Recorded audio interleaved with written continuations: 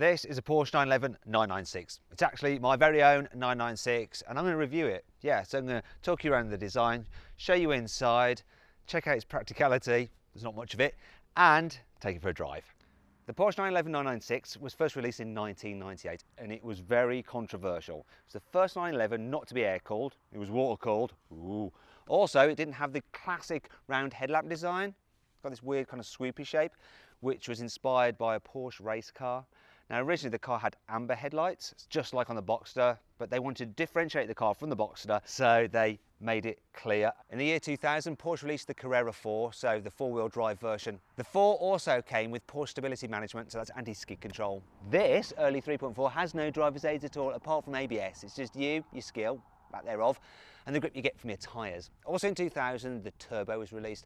Now that used a different engine. Rather than this new M96 built specifically for the new 996, it used the old Metzger racing bred engine, which had been in previous 911s. So that had 420 horsepower and all-wheel drive, uprated brakes and suspension.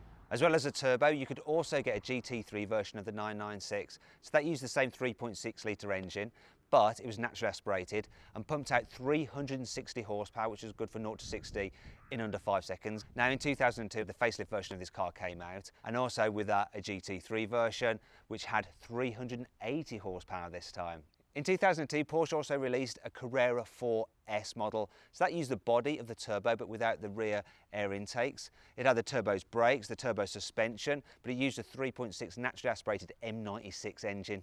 Now the 996 didn't just share its headlamp design with the Boxster, it also shared its bonnet, its wings, its windscreen, its doors. In fact, the whole front part of the car, including the inside, was shared with the Boxster. That's one of the ways that Porsche is able to save itself. You know, it wasn't profitable, so it needed to cut costs, and it did that by spreading the cost of development of the 911 and the Boxster across all those sales. Obviously, the big difference between the Boxster and the 911, apart from the fact that the 911 has a roof, is that with the 911, the engine is slung out beyond the rear axle. Its rear engine always has been and always will be. God damn it. Now, the engine is actually the same as in the Boxster pretty much. In the Boxster, it's 2.5 litres when it was first released. In this, it was bored out to 3.4 litres. Now, this engine puts out 296 horsepower.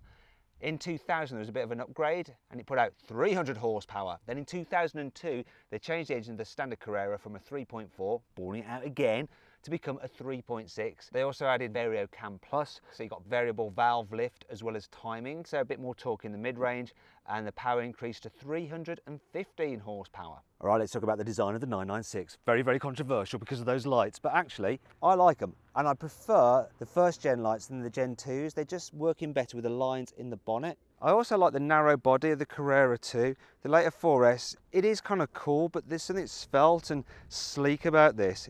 It's designed by a chap called Pinky Lay and criticised at the time, but I think it's quite timeless actually. Best angle of it is the rear 3/4. The lines just work and the back end's just about wide enough without being a fat arse. Here on the inside, the 996 is a complete departure to all 911s before it. The dash is all swoopy, and actually it was originally designed for the 993, but Porsche didn't have enough money back then to put it into production, so the interior was actually designed in the early 90s, and eventually they went and put it into the 996. In terms of the design of the center console here, this is two-tone, but you could get it as just all one color. Glad it's not, because of the color of this car. So it's unusual. It's called Savannah Beige. Some people absolutely hate it. I like light interiors, but there is something kind of old manny and cigarette smoky about it, although this car hasn't been smoked. It doesn't smell of cigarette smoke at all.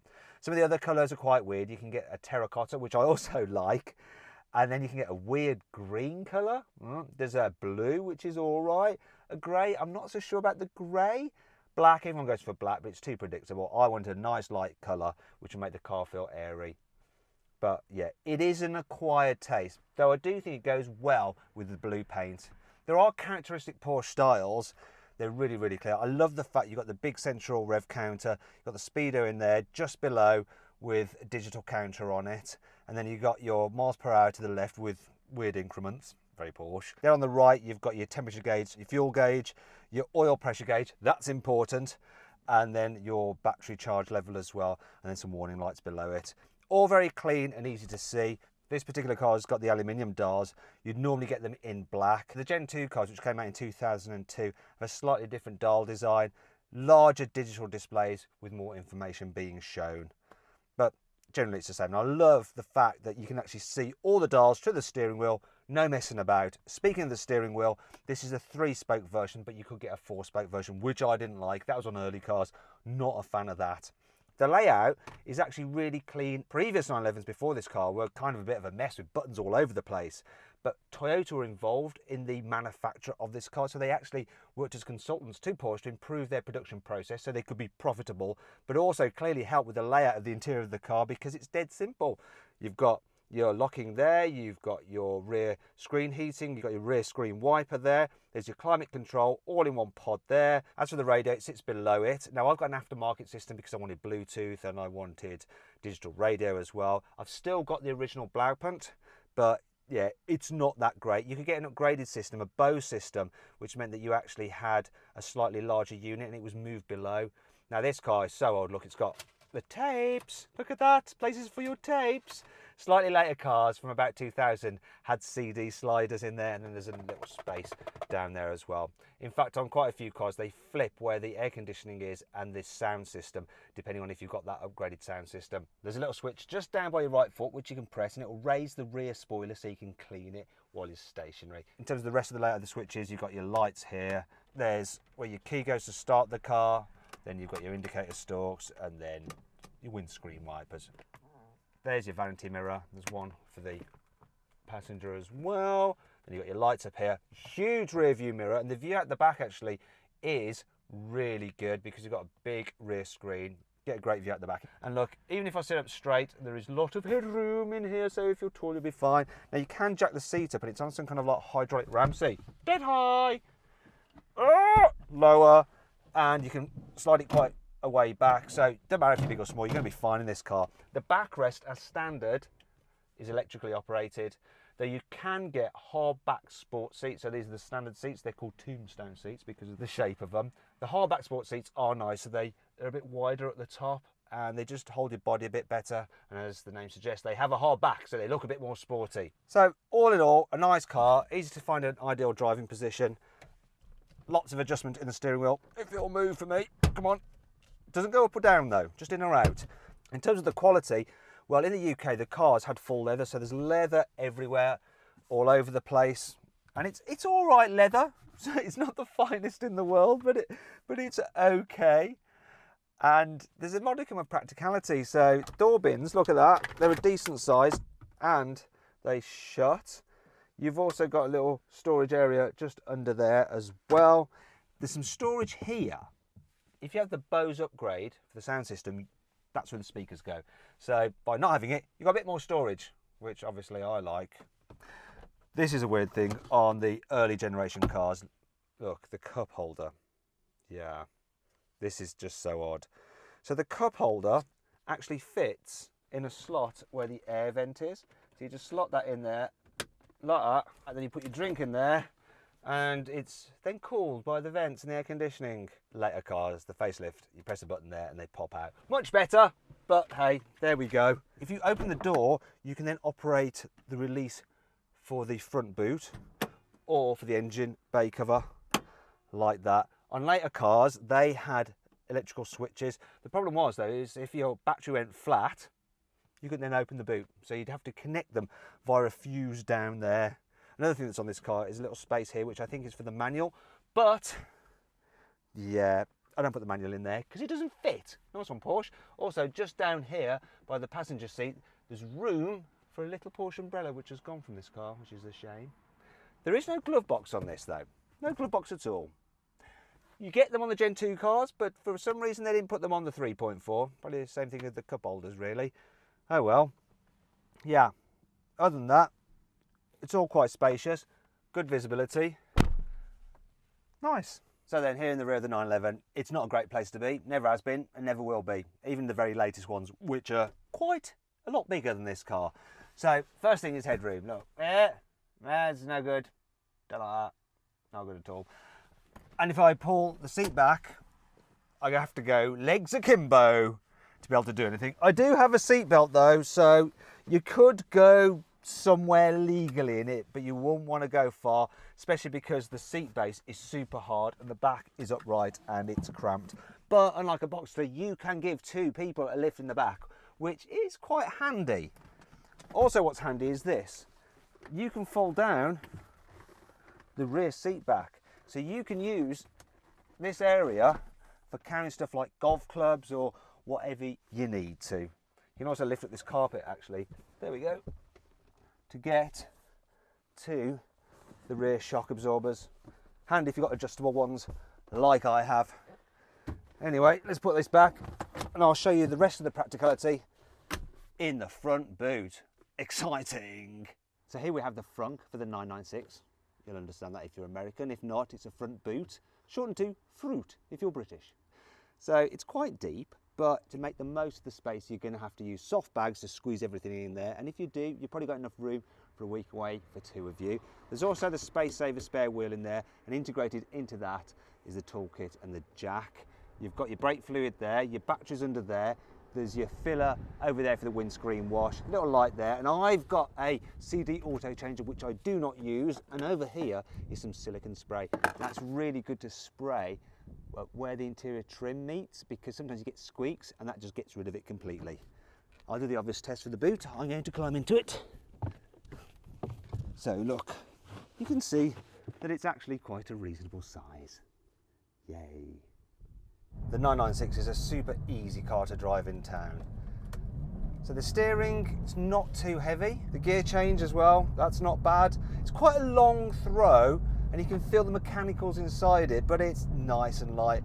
The only thing is the brakes, so if you come out of like a normal hatchback, they do need a bit of a prod to actually work. Then there's a turning circle, so that's good. Look, it's quite good and manoeuvrable, this car. The thing that's best about it though is the sheer visibility. So the dash is quite low and you can see the corners of the wings, which is great. Yeah, the back's brilliant as well. The pillars aren't too fat. It's a small little car. It's very, very easy to drive. What's not to like?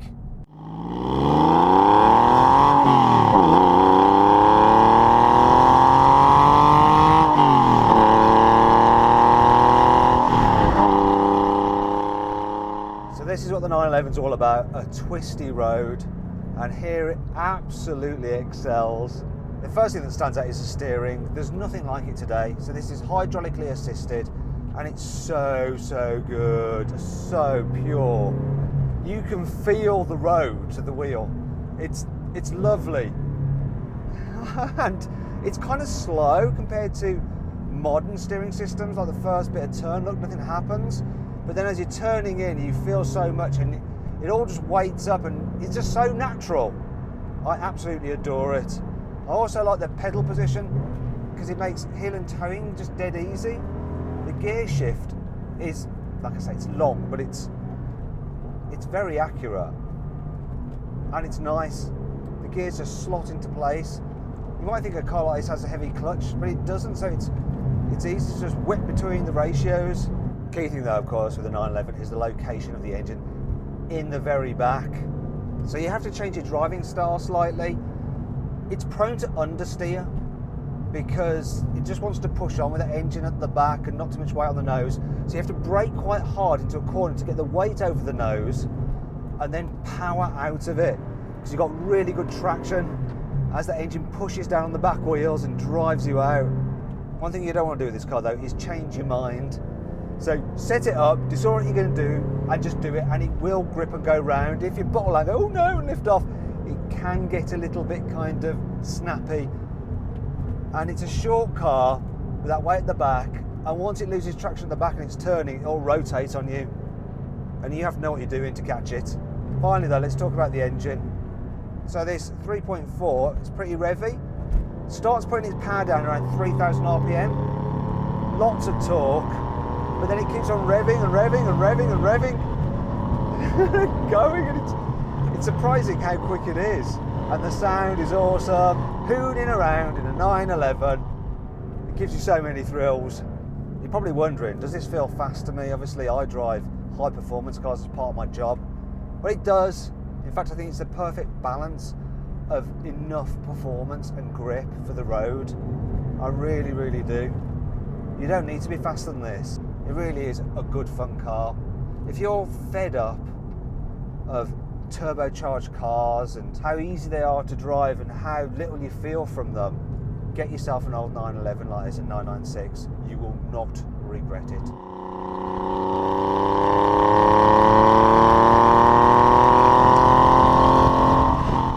I hope you guys found this review of the Porsche 911 996 interesting. Now make sure you subscribe to this channel, hit that bell icon to turn your notifications on so you're alerted when I make a new upload, and if you click there, yeah, you can watch more videos. They're good. Do it. It's enough.